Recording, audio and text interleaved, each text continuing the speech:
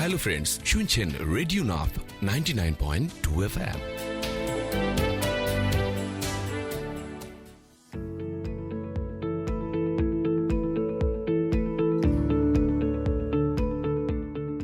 টেকনাফ ও Ukhia Rohingya camp আর ডাহর হাসর স্থানীয় ভাই বোনলাই স্বাস্থ্য সচেতনতামূলক কিছু সতর্কবার্তা।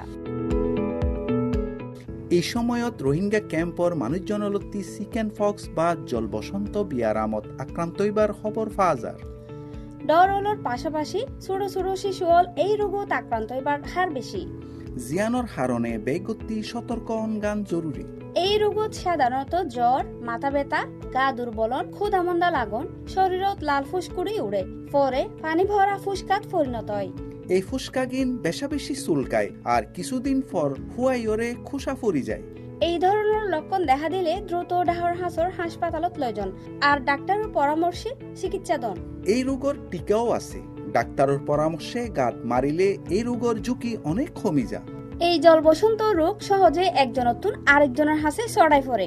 আক্রান্ত ব্যক্তির হাঁচি, কাশি, লালা বা ফুসকার সংস্পর্শে অন্যজনতুন ফারেত পারে। হে কারণে জলবসন্ত রোগীরে আলাদা রাখা জরুরি। আরেকখান বিষয়, জলবসন্ত ও হামরোগ দুনোগা ভাইরাসজনিত সংক্রমণ ব্যারাম হইলেও এই দুই রোগত কিছু পার্থক্য আছে। যেন হাম আক্রান্ত রোগীর বেশি জ্বর থাকে, সর্দি, হাসি, চোখ লালন আর পরে গাত বড় লাল দাগ দেখা যায়। সাধারণত মুকত্তি শুরু করি সারা গাত ছড়ায়।